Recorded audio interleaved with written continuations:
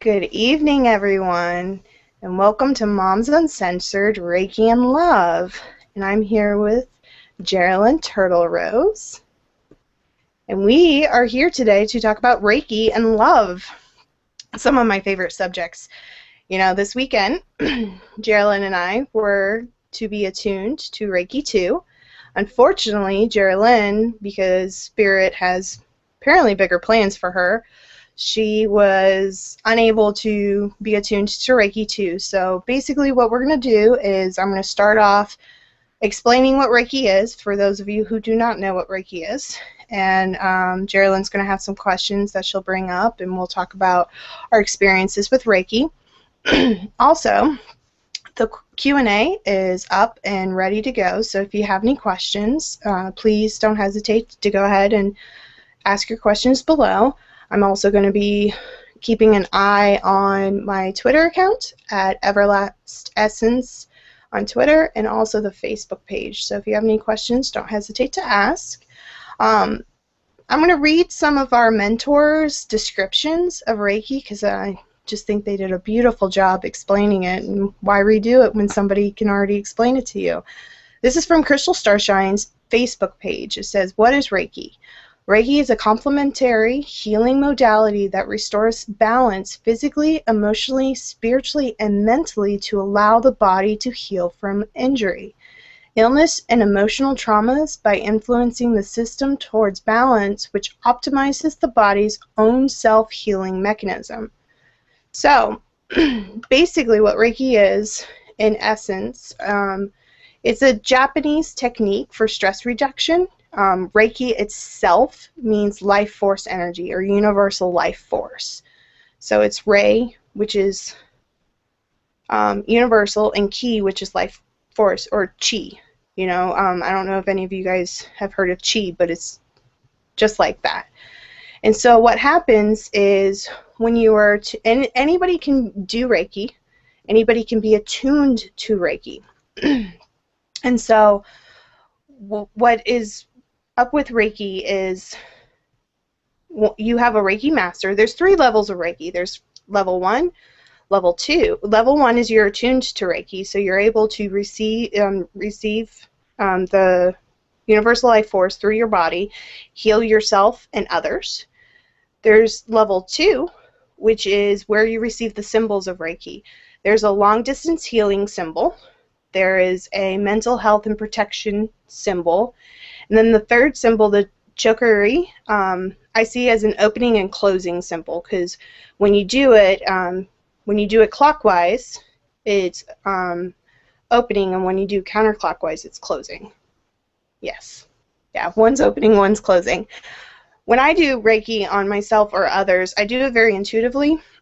Actually, I didn't realize this, but when I was doing Reiki on another person this weekend during the level 1 and level 2 class at Crystal Starshine's healing sanctuary this weekend, I was actually already doing the symbols on people, and I just didn't know it. I chose to not really look into the symbols. I knew what they were, but I didn't realize I was doing the spiral motion, which is one of the symbols are.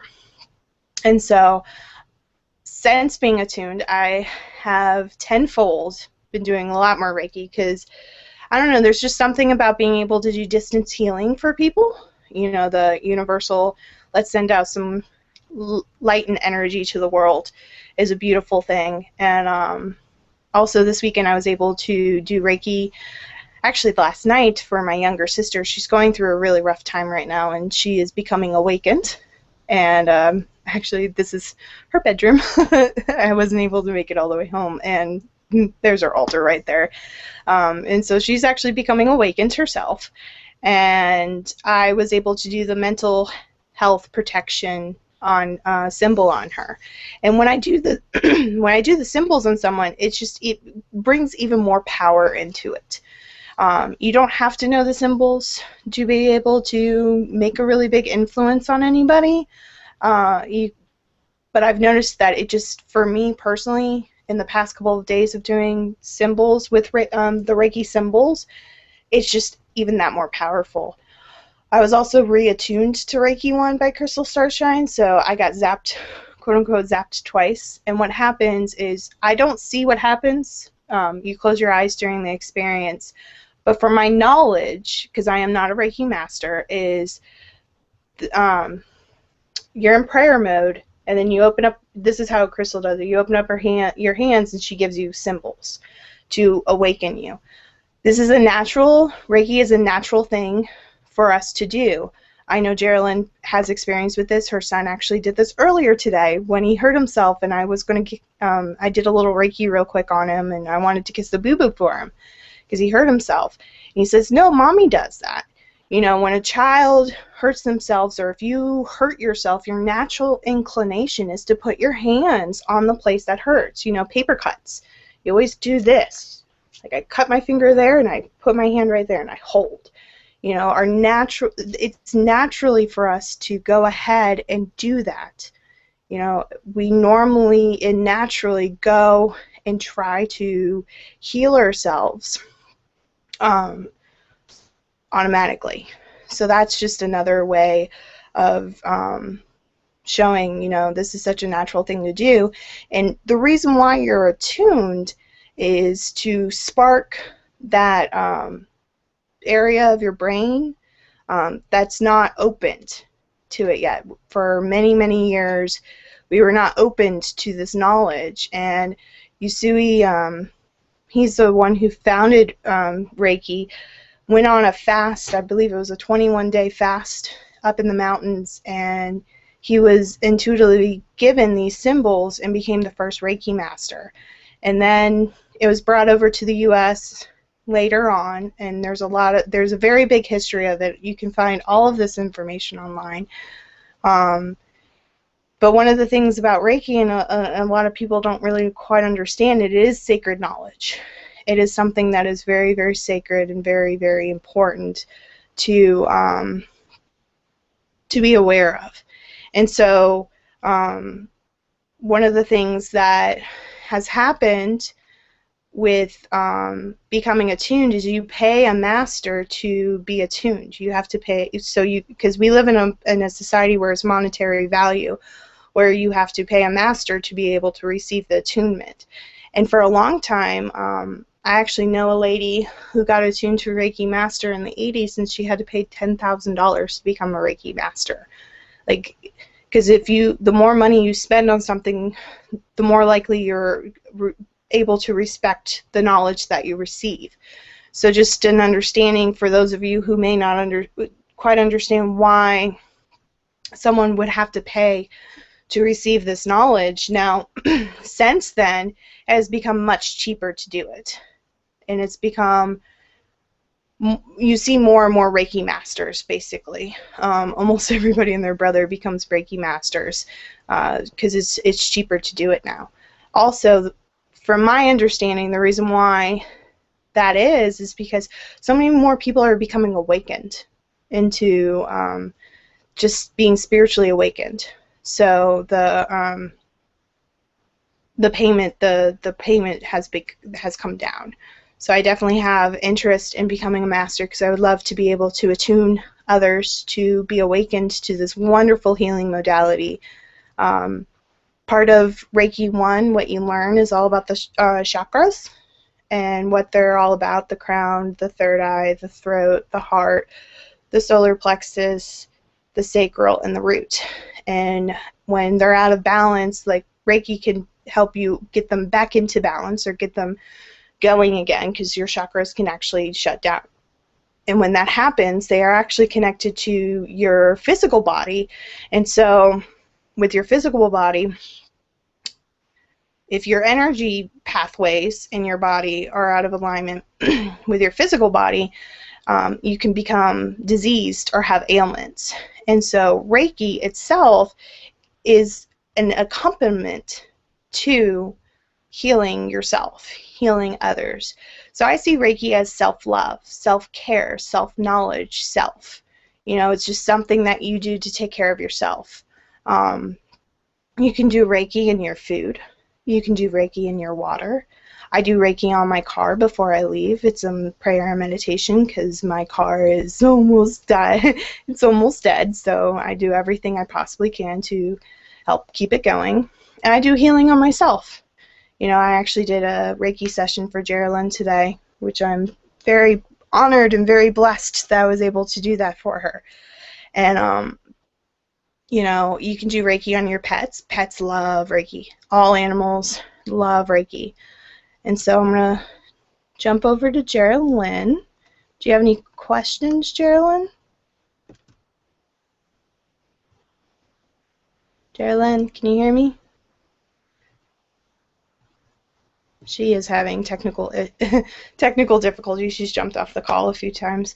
So I'll come back to her in just a moment. But so other different things that I have found about Reiki is from this week, and I'm going to go a little bit into the symbols and the sacredness of them. I don't have my manual with me at the moment, but I was given 3 symbols. The chokari, which is the opening and closing, and it's a spiral. And I've noticed that everything in the spiritual realm is circular. You know, even Albert Einstein mentioned how time is not linear, it's circular. So the spiral is a very, very important piece of, it shows up everywhere. You know, it's in jewelry, it's in, you know, one of the most sacred things you can do is walk a labyrinth, which is a circular thing. The other one is a mental health and protection, and it's a wonderful piece if you're out, it's a wonderful symbol if you're like out of balance and out of sorts. And once again, I did it for my sister yesterday, and I asked her today how she's feeling, and she said she feels better. You know, her life hasn't changed, and she hasn't gotten into the practice of doing prayer and meditation to the extent that I have, and she's got trauma issues of her own that are different than mine, but still valid nonetheless, and she's feeling a lot better from them. And so along with that is the long distance healing symbol. It's very long. It's like, it's got 20 or it's got like 25, 26 hand motions to go through, and I haven't memorized it yet, and it's so long I can't even tell you at the moment. But what's wonderful about that symbol is I'm able to send Reiki to anybody, anywhere in the world, the universe, the cosmos. You know, I can send it to Jerelyn, who is not sitting right next to me right now. You know, I can send it to you, who's listening to this, or watching this call. You know, I can send it to absolutely anybody, anywhere. And so I'm going to check with Jerelyn one more time, see how she's doing. Can you hear me?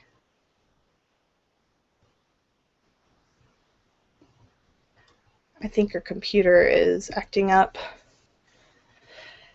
You know, Mercury retrograde is right around the corner for us, and my computer crapped out on Coffee Inspiration last Tuesday, and Jerelyn was kind enough to give me her extra laptop, and now the laptop that she does have is not working.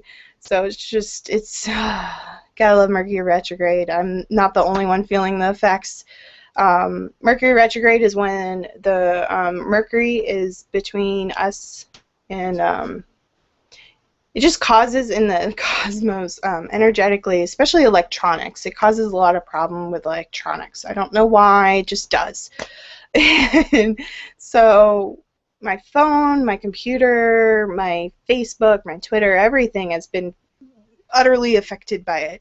And one thing I've learned from Flora Peterson is to go ahead and pay attention to the cosmos and the energies that are going on, because at all times you have the lunar cycle, the solar cycle, the daily lunar cycle, and the earth cycle. It's just the seasons and everything and the energies that are going about.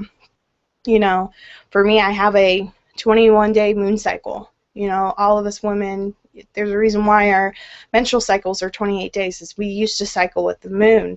And now with antibiotics and hormones and all of this gunk that we put in our food and just everything, the chemicals basically, when it comes down to it, the chemicals that we put in everything, we are just unable to cycle with the moon anymore. Which brings me to the next point of, you know, for women, you know, we need more self-love and self-care than men do. We used to go to a red tent and bleed every month for a few days or however long our menstrual cycle was. And that's where we would gather. That's why women like to go to the bathroom together. That's why women gather. We gather and collectively get together. And we used to do that once a month when we would bleed. We would bleed on the straw. We would share recipes, stories, pick on who's going to help who out with the children. We lived as a tribe. We lived together. And so one of the things I have found is reconnecting with that fellowship, with that womanhood, with that tribe again.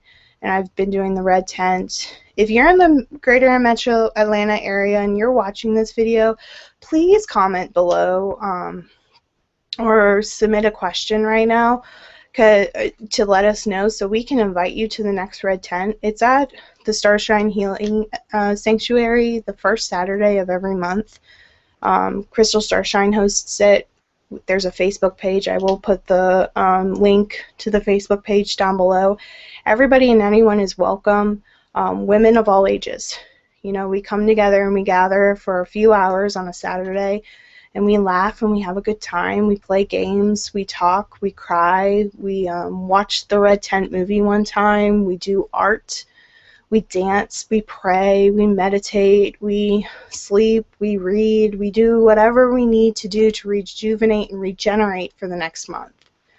You know, it's so important for women to be able to do that, and that's part of the love part that I wanted to talk about today is, you know, it's so important to do that self-love. Also, I wanted to give a shout out to Heather Rhino. If you don't know about self-love and self-care, Heather Rhino is a life coach, a self-love life coach. She has a beautiful website called nourishedsoulcoaching.com. She also has a Facebook page. And every Saturday on her Facebook page, she does self-love Saturdays. And she's got other things in the works about creativity and stuff, and she is a self-love life coach, and she's all about love. Every time I've talked to her, it's all about taking care of yourself and finding balance and being encouraging and being loving towards one another. Like, she is a beautiful soul. She's a beautiful essence that supports all that you have to do. And so that's just one way of being able to do self-love and self-care for you. Now, if you're not in the greater Atlanta metro area, I completely understand. And go ahead and Google and see if you can find one in your area. I know that there are red tents all over the U.S. They're starting to, or actually all over the world, now that I think about it. They're starting to pop up all over. And if there's not one in your area and you would like, it sounds something that resonates with you and you want to start one, don't hesitate to ask us. We would be more than glad to give you our experience, strength, and hope and help you get that going. You know, it's so important to have women gather. You know, we've been, as a group, suppressed for a very long time, and, you know, it scares the men because women, we are powerful. You know, you are empowering, you are beautiful, you are powerful. And so, you know, gathering can make men nervous, but it's actually supposed to be out of love and out of care. You know, this is a place for us to raise our daughters and our sisters and our nieces and our friends to become okay with when they bleed for the first time. You know, it's actually celebrated instead of shamed. It's something to look forward to instead of to be scared of. You know, I was very traumatized when I got my first menstrual cycle. I was so nervous to tell my mother. I actually didn't tell her for a few months until she found the blood in my underwear, and she was like, "We need to go to the store." And then we went through the whole entire process of the tampons and the pads, and it just, I felt dirty. You know, I had my first menstrual cycle when I was in elementary school. I was the only girl going into middle school that had a menstrual cycle. You know, I was 5'6" in 5th grade, and the last grade in elementary school I was 5'6", a C cup, and taller than everybody else. I haven't really changed since then. I've gained 1 inch and I've gained a lot of weight, and that's another thing that I'm really self-conscious of. And you know what? Being with my tribe, I'm more comfortable with it. You know what? I'm a little bit bigger. I'm working on it. You know, I'm starting to do a lot more self-love and self-care of exercising. You know, I'm starting to eat a little bit more locally. I was actually just talking to a girlfriend last night about how there's a co-op every week for, I think it's like 14, 16 bucks. They will give you a basket of locally grown food in the town that I live in, you know, and just doing simple things like that, drinking more water. You know, my goal this year, one of my goals that I did at the beginning of the year was to drink more water than anything else during the day. And you know what? That's actually harder than it looks. It has been so hard for me. I don't know why. I guess I'm really addicted to my coffee and soda. I will be the first one to admit it. I am so addicted to coffee and soda. And, you know, I found little loopholes. You know, I've started to drink seltzer water. You know, it's not quite the same, but you know what? Having a 12-pack of seltzer water in the fridge instead of the 12-pack of Coke, you know what? I go through the seltzer water. You know, and I drink less soda, and I try to take care of myself, you know, and Reiki has actually helped with that. You know, I have back problems, major back problems. When I was 16, my father and I were bringing a 300-pound treadmill up the stairs to the second floor. He slipped 3 steps, I slipped 3 steps, and all of the weight of that treadmill went to my lower back. It was a painful experience. I went through, I think it was like 6 to 9 months of physical therapy, and I have nerve damage. Like your lower back, all of your nerves from your brain and your upper body goes to your lower back and then down your legs. And for a long time, I have it took a long time. Either I got used to the pain, I don't think it ever went away, because there are still moments where I'm like, I have to stop because my back is killing me. And I know if I can feel the pain, it means it's really bad. So whenever that's going on, I put my hands together and say Reiki on, and I will put my hands behind and right on my lower back. And usually when I do that and it's in pain, I can actually feel the outline of my hands, because one of the cool things about Reiki is your hands become like fire. You know, when I got attuned the first time, the only thing I can really compare to the heat in my hands is like I touched the stove of the stove top without the actual burns. Like, that's how hot it feels. And when I've done Reiki on other people, they say that my hands are like sizzling. It just feels like it's just burning. Another effect of Reiki is you could feel nothing. Believe it or not, you could feel absolutely nothing. Or you could feel cold. After a Reiki session, when my client gets up, normally you need a drink of water, because you're working your entire body. You're moving that energy out. You're moving things out. And you know what? When I do it on myself or other people, you're doing a workout. You know, just because you're not moving, you're energetically moving everything. And so you are going through the motions of everything in general, you know. So I see that Jerelyn is back up. I don't know if she had to restart her computer. I want to see how she's doing. How are you, Jerelyn? Yeah, my computer's still installing updates right now. I'm on my phone currently, which apparently doesn't like to do video. So I'm a disembodied voice of spirit, calling to you from the ether. Please continue, Lindsay. Well, I've been, just to catch you up on everything, I've just been going on and on and on about Reiki and self-love. Gave a shout out to Crystal and Heather. Hi, guys. We love you. You know, our mentors mean so much to us, because not only do they encourage us to do what we love, and they just have so much faith in us, which is absolutely amazing. You know, part of that that love aspect is, for a long time I never really could love myself. Actually, I hated myself. Having that negative self-talk go on in my head all the time. It's a breath of fresh air to have people who believe in me so much before I can believe in myself. That there are people out there that genuinely care and absolutely love love us. And so one of the processes, and Jerelyn and I have been going back and forth about this for quite a few days, is just to be more gentle with ourselves, pretty much. Like the essence of just, it is what it is. And I'm only human. And just because I can't be Superwoman and do everything, you know what? Spirit's got my back, and it will be okay. And I've noticed that it may not be the life that I want at the moment. Like, I want all of my certifications, and I want my business to be huge, and I want this, and I want that. You know what? I've come to a realization with Spirit this week that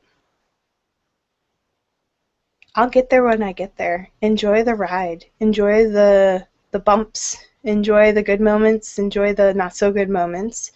And you'll get there. You will definitely get there. And so gonna check the Q&A real quick. And Jerelyn, do you have any questions while I check the Q&A? One thing Crystal and I were talking about earlier before I left was I had mentioned this saying that's been trending a lot right now about do not do today what your intuition tells you to do tomorrow. And that is the exact opposite of the saying that I have always heard my entire life about don't put off today, something about you have to do as much as you can do today, don't put it off until tomorrow.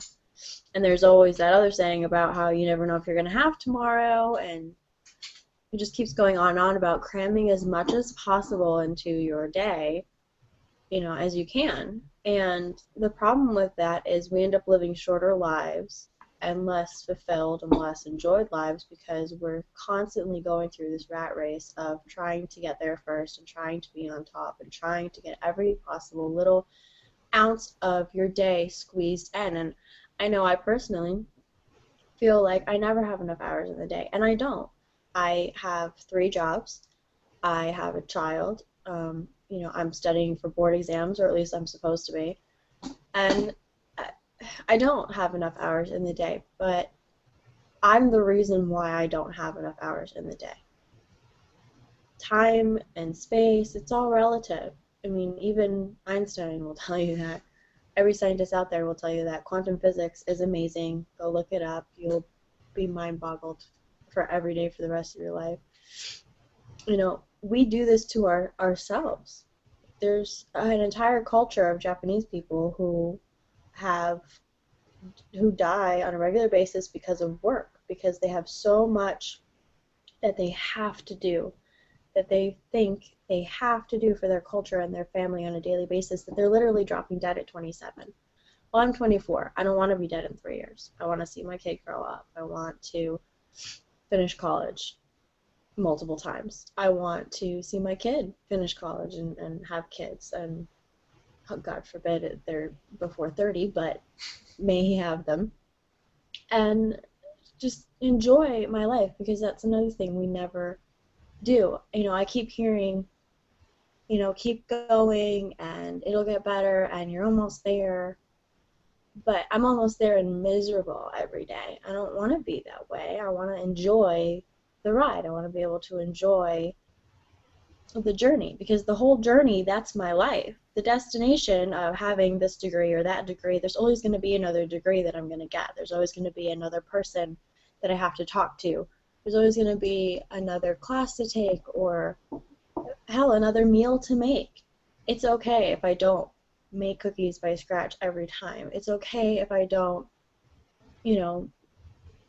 put a whole lot of thought into dinner every single night. I used to, when I was a stay-at-home mom, I would stress about Titus's, my son's, nutrition. Like, I would stress myself out and make myself physically sick because I wanted him to be healthy, and I thought I was being a bad mother if I couldn't do every single thing that 800 different nutritionists and 800 different experts told me to do. And there's so many different methods on how to parent. Don't even get me freaking started. So, parents in general, we are so hard on ourselves. And mothers and single mothers, it just adds and adds and adds. And there's no right way to do anything. There is no right way to raise your kid.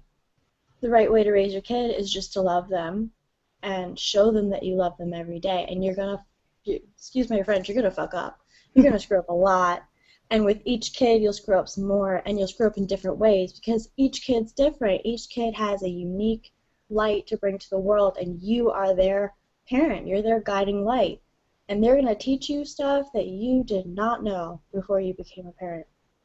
And it is your job to learn as much as you teach, and to teach the right things about love and not hatred, about peace and not war, about loyalty and not betrayal.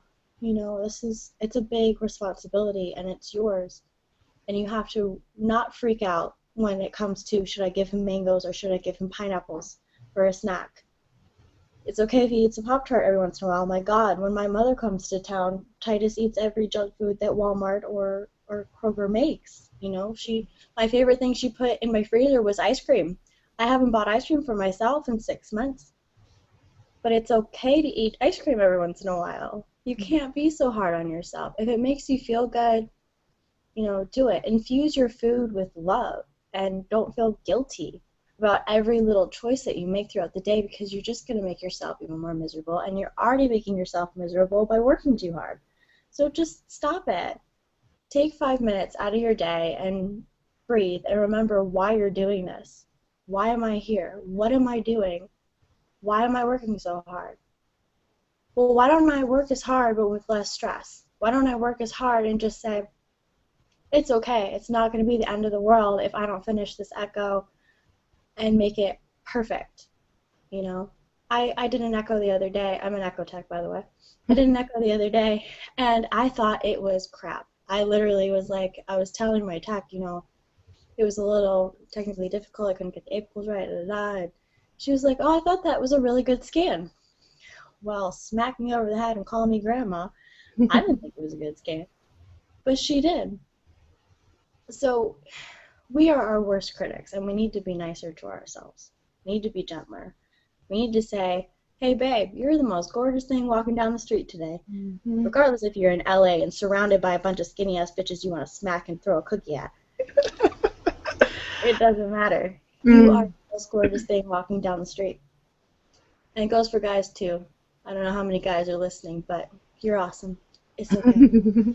And don't be such an asshole, because you know what? We have enough of them. Change it. Turn around, okay? So, the other day, I saw flowers for $9, and I thought, well, God, that's expensive.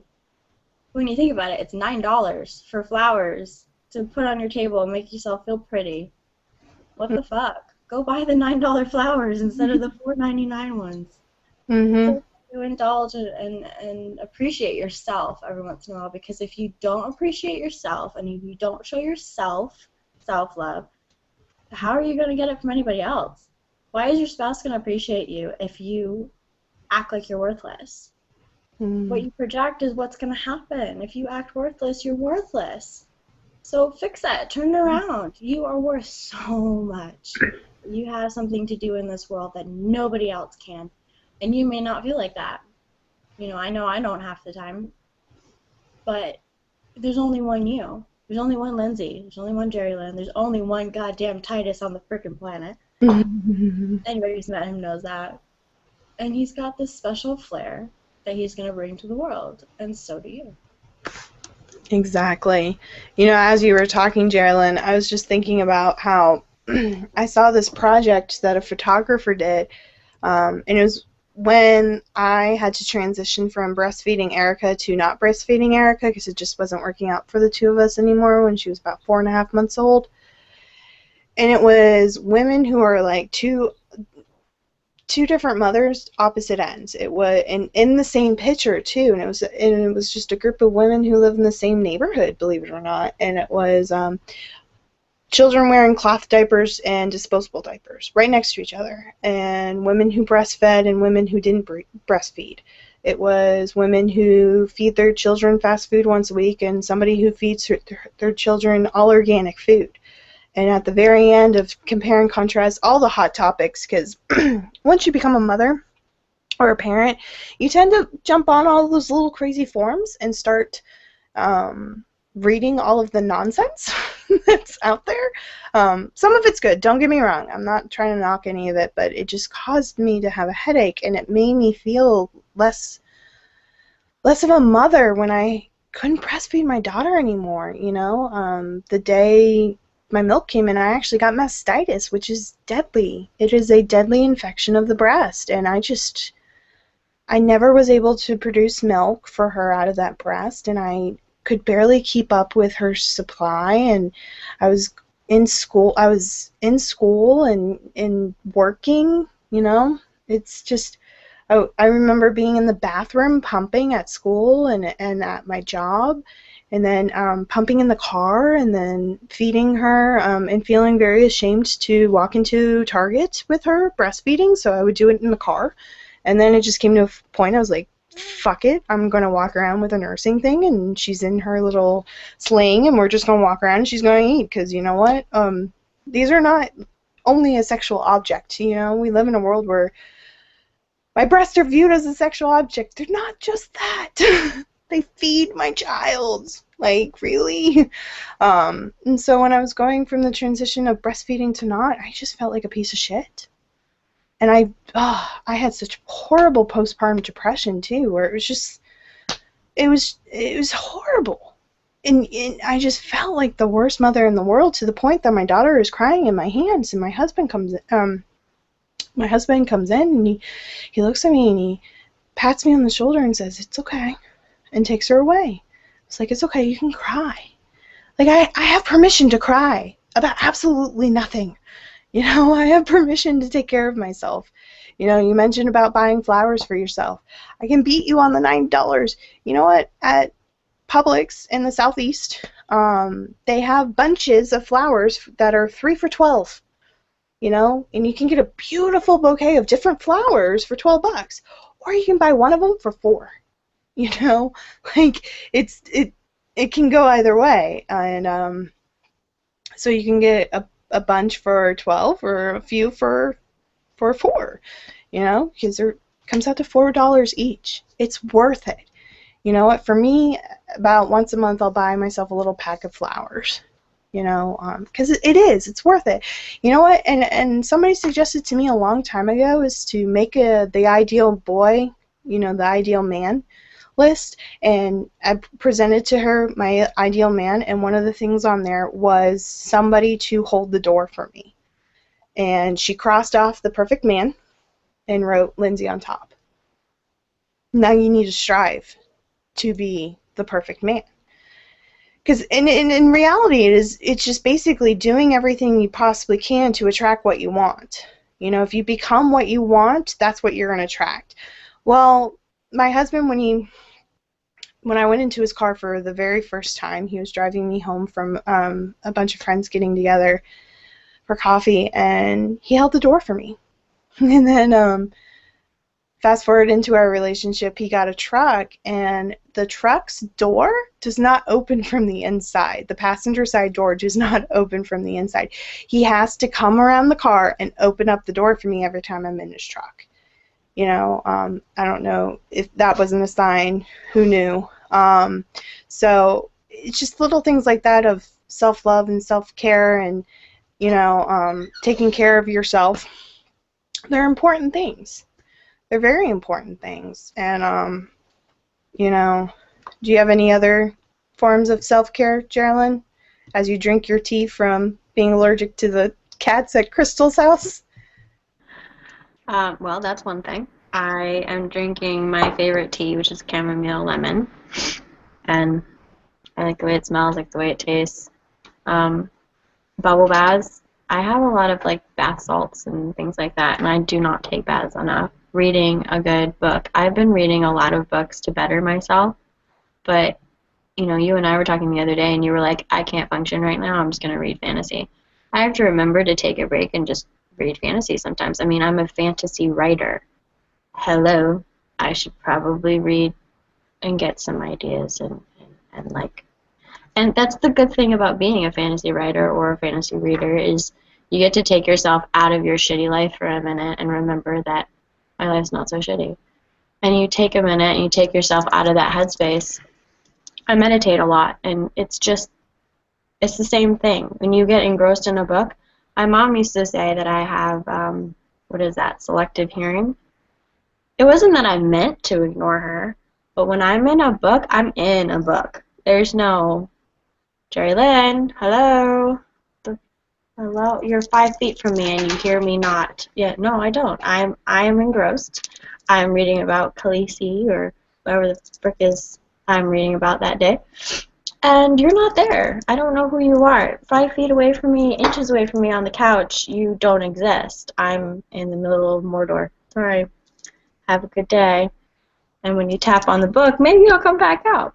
But you have to take those breaks to meditate and take a bath, or even in your shower, you know. There's a meditation you can do with in your shower where you just imagine the water that's streaming on you as white light. And it cleanses and it washes away, and you just think of it washing away, not the dirt on your body, which most of us can't see unless, you know, we're mudslingers, as just the etherical mud and dirt and gunk, because we all get in a funk on multiple moments of the day. Nobody's in a happy mood all the time unless you're Mother Teresa or the Dalai Lama. And let's face it, I'm probably not going to be either one of those this lifetime. Maybe next one. We'll see. But you just gotta take those moments and take a break and do stuff that you love on a daily basis. We work too much. You know, we're 9-to-5ers, or in my case, 9 to 5 and 10 to 6ers. And you just can't spend your entire life working, you know? And it needs to be more play than work. We have it backwards in America. If you're not having fun at your job, if you don't like what you do, if you don't like the people that you work with, you're not in the place you're supposed to be. And I'm not saying that you're not in the right profession. Maybe you are, but you just need to change locations. Or yeah, maybe you did the job your parents told you to do, and you really actually hate being a lawyer. You may make a lot of money, but if you're miserable, what the hell does it matter that you have, you know, $400K in the bank account and nobody you like to spend it on or spend it with? And take vacations. My father was a workaholic, and till the day he died, and did not take a vacation for the majority of my life. And my mom said when he finally took a goddamn vacation, he would schedule that every year he was going because he had so much fun taking that week off. I mean, he was a man with 3 to 5 cell phones / pagers, because, yes, even then, I mean, he did this his entire life, on his belt at the same time. Same time. He was a man who, before he got into the tech world, he was in the restaurant business, and he would manage 8 stores at once, and he would go open every one, and he would go check on every one, and he knew how to do every single job in that restaurant, from the cashier to the back. He did the same thing when he moved into computers. He would take a job, he would learn it inside and out, and teach the next guy, and move on, and keep going, and never stop and just rest. We have to do that, even if it's 5 minutes a day, even if it's, you know, a lot of people will have a morning ritual or an evening ritual, and you should have, kids have routines, right? Every parent knows this. We have routines before bed and after we get up. You know, they're supposed to eat their cereal, and they're supposed to take their bath before bed, and it's part of your own winding down and your own setting up, setting your intentions for the day. What am I going to do today? I'm going to be happy, and I'm going to do the best freaking job that I can. And I'm not going to get stressed out about it. And at night, what did I do today? I did the best I could. And tomorrow I'm going to do this, that, and the other thing. And it's all going to be okay. And you have to take a moment and just remember to breathe. And remember to not berate yourself for whatever crappy thing happened. Because people are going to belittle you. And they're going to berate you. And they're going to say things that aren't nice, but nothing that they say to you means anything. It's all something that they're projecting onto you. They hate their life. They hate their boyfriend. They hate the way that things are going that day. And they see Jerelyn and Lindsay walking down the street, and they're like, oh, you know what? They are a couple of weirdos. I'm not going to talk to them. And I'm going to throw stones at them and make them feel bad because they are shining lights and I am not. And that's okay. You send them light, you send them love, and you say, have a good day. I'll see you later because I'm awesome.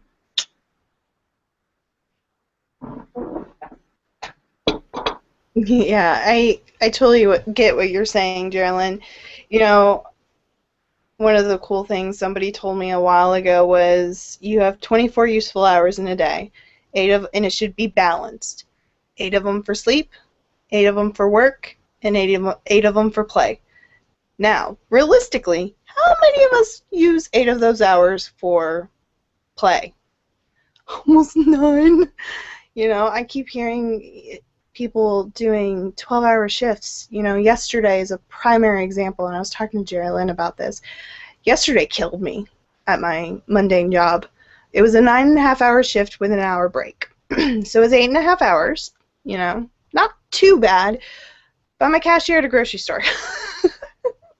At a register for 8.5 hours. It was painful. It's very painful. And one of my coworkers volunteered her time and worked from 9 a.m. to 10 p.m. that day. Because she said herself, I need the money. I need to pay my bills. She just graduated high school.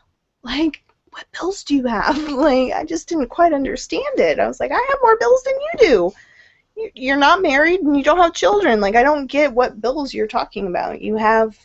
I get that you have a car and car insurance and gas, but I mean, I have that too, you know, and I travel, I think it's like 35 miles to my cashier job. I think it's about that. And the only reason why I do that is my parents live close by, and I've been at the same store for 7 years and refused to move because I love, like you said, I love the store I'm at. You know, I within the company that I work for, which is a fabulous company, I'm just not going to out them because who knows who's watching. But, you know, I love the company, and I love what they represent, and I love my store in particular because it's small, and I've been there since day one. I was there the day it opened. You know, I'm one of 3 at the store. There's probably about 60 to 70 people employed at the store. I'm one of 3 that's been there since day one. You know, I enjoy it.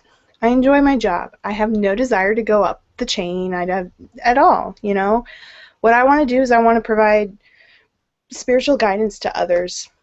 You know, do Reiki on people, do psychic readings for others, do spiritual art. Like, that's what I want to do. And I have no desire to become a manager at a grocery store. Like, I just don't. You know what? It takes a very special person to do that. At least I recognize that today. Like, there have been so many times that multiple managers have tried to, like, push me up, and something happens, and I just stay where I'm at. I'm like, just let me stay where I'm at. You know what? Just give me responsibility. Like, I understand what you guys want me to do, and I know how to do the job that you want me to do. If you need me to do it while I'm cashiering every once in a while, that's fine. I just have no desire to have all that responsibility and deal with all the bullshit that comes along with it and the politics. Like, I just don't. And I'm happy where I'm at. You know, and in my other job, I enjoy it a lot. I love it. I love doing it. You know what? In essence, one person said it's like all you do all day is dick around on Facebook, do homework for class, and be someone's secretarial bitch, which is true. Like, one of my favorite busy jobs to do is to shred the paper, like the confidential stuff, because it's part of the counseling services at the university I work at. Shredding paper is like my favorite thing to do.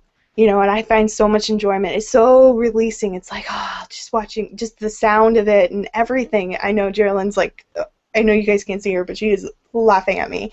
You know, I love every second of it. You know, I enjoy what I'm doing. You know what? We're about to go, and we'll talk about this next Monday. We're about to go spend the weekend together with Crystal at the Awakened Spirit Expo. You know, I spent 6 hours. Jerelyn was at Crystal's for 4 or 5 hours.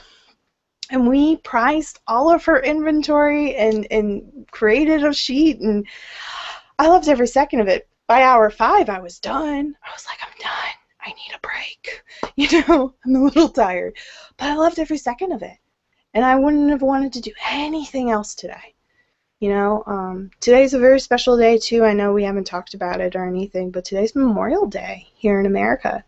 To remember those who have served our country, who have passed on, And for me, I honestly couldn't have imagined my day to be any different than to hang out with some of my best friends. Doing what I truly enjoy doing, looking at crystals and seeing at hydros and just everything, record keepers and pricing and, just putting together. For me, it was so cool. I got to mat some art today. Like, I know how to do that. I know how to inventory. Yay for my grocery store experience. I know inventory and how important it is. Check and recheck. Make sure you got everything. Dot your T's, cross your T's and dot your I's. I've noticed, what? I may not, another thing that I've noticed, I'm very good at, like, virtual assistant doing various things, and right now I'm starting my own business that may not, part of Spirit's like, you're just going to end up helping others who have Spirit-led businesses. And that's a form of self-love, of not fighting the universe today. Find what you love and do it. And do it and do it and do it and do it. Because the 9 to 5, like, I thought about it recently, and in a meditation of, we get up, we drink our coffee, we eat breakfast, if we eat breakfast, we drive to work, we're there all day, we hate it, we have lunch, and we dread about the rest of our day. We do the rest of our day, we go home, we either make dinner or eat dinner, and if you're a parent, you pick up your kid, you go home, you make sure their homework's done, or you help them do homework, which you probably don't even understand yourself.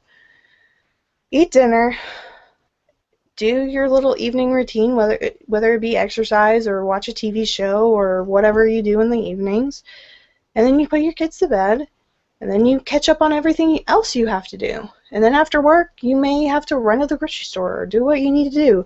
You know what, Jerelyn and I, we work on the weekends. We don't have weekends off. Most 9 to 5 jobs, or 8 to 5 actually, they've become 8 to 5 jobs, realistically. You have the weekends off, where you can have those 2 days to basically play catch up. It's so repetitive to the point of if you don't like what you're doing, yeah, I can understand why self-love just isn't there. And so what do you do to break that up? What do you do to make it better? Well, one thing I've learned is from Gabrielle Bernstein's May Cause Miracles and Miracles Now books is to have a miracle break. I have multiple alarms set on my phone throughout the day, and they go off. Like, one of them's at 12:10, and usually by that time, recently, because I've been staying home with Erica, it's right around lunchtime. She's usually eating lunch by then, and it's right before she goes and takes her nap. So I literally pause, I stop,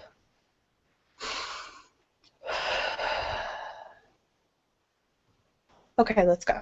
Like, literally, it is a breathe in, hold, focus. Do I feel pain? Where am I at? What's going on? And release. Okay, do I need another one? No, let's go. And do that multiple times a day. I'm finding that meditation throughout the day is so key. It's so key to not to go crazy. And yeah, I'm gonna throw it back to you, Jerelyn. I just had a brain fart. So what do we have left to cover? What are we doing? I did talk about the red tent when you were having technical difficulties, if you want to talk about how that's self-love and self-care for you. Well, the red tent for me is all about getting together with other women I have met, good friends through the Red Tent. Lindsay's one of them. Crystal's one of them. Irene, who owns Mueller Massage in Canton, she's one of them. Some of our classmates, even Mandy, met her. Kelly, who's a bartender by day and a mom of crazy adult women by night. It's about taking the day off. Women used to take a whole week off, and when I was a teenager, I always said, man, if we could get that whole section of the month off, that'd be stellar, right? They used to actually do that, and I totally feel gypped by not having that in our lives anymore. That sucks. But it's one day out of the month, and come on, we can all afford to do one day out of the month. It's one day out of the month where we are just together as women, and we take a break. We eat a lot of food, a lot more than our stomachs should hold, but we keep going back for more. Our last Red Tent, we had dessert that was, homemade, and such good chocolate. Oh my God, that Crystal just decorated her mouth with it. It was awesome. Literally, she was on the hall. It was great. It was funny. It was a good moment too, because we got to laugh about it. And that's the thing. You get to laugh, you get to smile, you get to, talk about all the crap going on in your life and release it, because you're in a loving space, you're in a safe place, and it's not going to be turned into more negative crap, because you're being held and you're being taken care of in that moment. And when you have so many other women around you and in such a loving environment, you feel better, you feel safe, you feel cared about, you feel loved. And let's face it, we don't feel like that all the time, and we deserve to feel like that all the time. And so what I did a couple Red Tents ago was I took that and made it a weekend. So after I got home from Red Tent, I bought flowers. I got the stuff to make chocolate covered strawberries. I ate all of it for like 2 days, and I ate that before dinner, by the way, instead of doing dinner first. Yeah, I don't feel guilty. It was awesome. I got a movie on Blu-ray. For me, Blu-ray is an indulgence. And so I just did little things that were indulgent to me, because it has to be specific to you. And that made me feel like if somebody had gotten me flowers and chocolate and a Blu-ray movie, I would have felt so loved for the day. Like, holy shit. Well, what did I do to deserve all this, right? Well, I didn't do anything special. I just was me, and I needed that love back. We give so much of ourselves out throughout the day, especially as parents and just as people. Lindsay is a cashier at a major grocery store. She gives herself out with every transaction, because you say hi. You ask about their day. You ask about their families. And I do the same thing at my job. I ask about my patients. I ask about their lives. That's the whole time I'm doing an echo. They're rambling on about usually like some major catastrophic thing in their life. And I don't know why they do that to me, but they do. And it's okay, because we have like existential conversations while I'm doing an echo. And sometimes they just sleep. That's okay too. I don't mind either one, because they're taking a moment to rest. And a lot of the times that's what my patients do. They take a moment to rest. They take a nap during the exam. Or they take a moment to vent, and they let it out to a stranger who they're probably never going to see again. And that's okay. We all have to do it. We all have to take that time to make ourselves feel better and not go crazy. So journaling is good. Buying little gifts for yourself, treats, is good. And it's a good practice that we don't do often enough. Think about it. Christians have this practice of tithing, right? Take 10% of your income. That's also a good thing to do just for yourself, too. Take 10% and know, this is my play money. This is my Lindsay money. I get to go do my nails with this money. I get to save up for a new microwave because mine, craps out or whatever. Whatever you want to do to make your life better, getting a new computer, updating your computer, painting your walls. One of my girls at work is got like this stencil thing she's doing, and accent walling and all sorts of crazy interior design stuff. And she's not doing that for anybody but her. It's her bedroom. It's her bathroom. Nobody's going to see it but her and her husband. But she's doing it because she wants to make her bedroom her sacred space. She wants to make it feel good every time she walks in, and has that place to just woosah and relax and breathe. And you have to have that in your home, in your car, at the park. You have to be your sacred space. You have to be that moment of breath, that pause, that every 90 minutes just breathe and regroup. Because if you don't breathe and regroup, you totally lose it some days. And sometimes it's not because of anything that happened that day.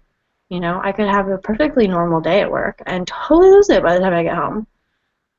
But that's because my month was crazy, or my year was crazy, or 5 years ago I had a flashback from, and totally threw me for a tailspin because somebody ordered a Diet Coke.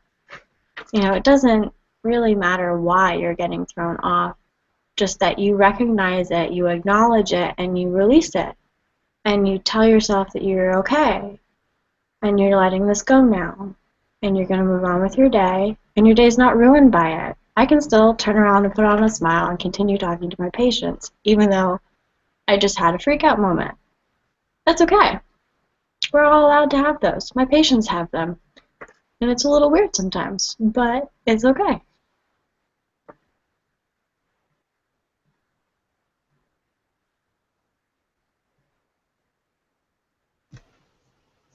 You know what, Jerelyn? I wouldn't want to end any other way. So I'm going to finish up by saying, I'm just going to pull you up one more time, Jerelyn. Jerelyn, you can find her at kissingblueroses.wordpress.com. She has a beautiful blog. You guys should go on there and subscribe so you won't miss a single post. My website is everlastingessence.us. Oh no, Jerelyn. What? I explained earlier that I'm using your computer and I disappeared. Oh my gosh, as I'm closing up, I'm like, I can't. I totally lost the Google Hangout. I still see you. You're still alive. I know I am. Oh my gosh. Left-hand corner. Bring it back. Left-hand corner. There we Got it? You see yourself talking? Yes, I do. Yes. It's your mini you. That's your ego talking. Yes. This is him. Just so you guys know, I'm a Mac user. I've had a Mac for many, many years, and Jerelyn, being the awesome one that she is, allowed me to have her extra computer. I know I just explained to you guys this earlier, but I'm going to say it again. And it's got Windows 8, and it flips to this other like OS system, and I literally lost everything. I'm like, oh my God, Windows, what is this? Windows 8 is weird. So anyways, Jerelyn and her blog. I have my website, everlastingessence.us. I also have a blog, everlastingessence.blogspot.com. We both have Facebooks, you know. Go like our show, facebook.com/Essence of the Blue Rose. Just in case if you guys didn't know, Essence of the Blue Rose, Everlasting Essence, and Kissing Blue Roses, all in one. So Essence of the Blue Rose, and all of our amazingness and randomness. We're glad you joined us today, and if you are watching on YouTube, all of our links that we talked about will be below, and we will see you next Monday when we talk about the Awakened Spirit Expo. Woohoo! Woohoo! Night, everyone. Good night.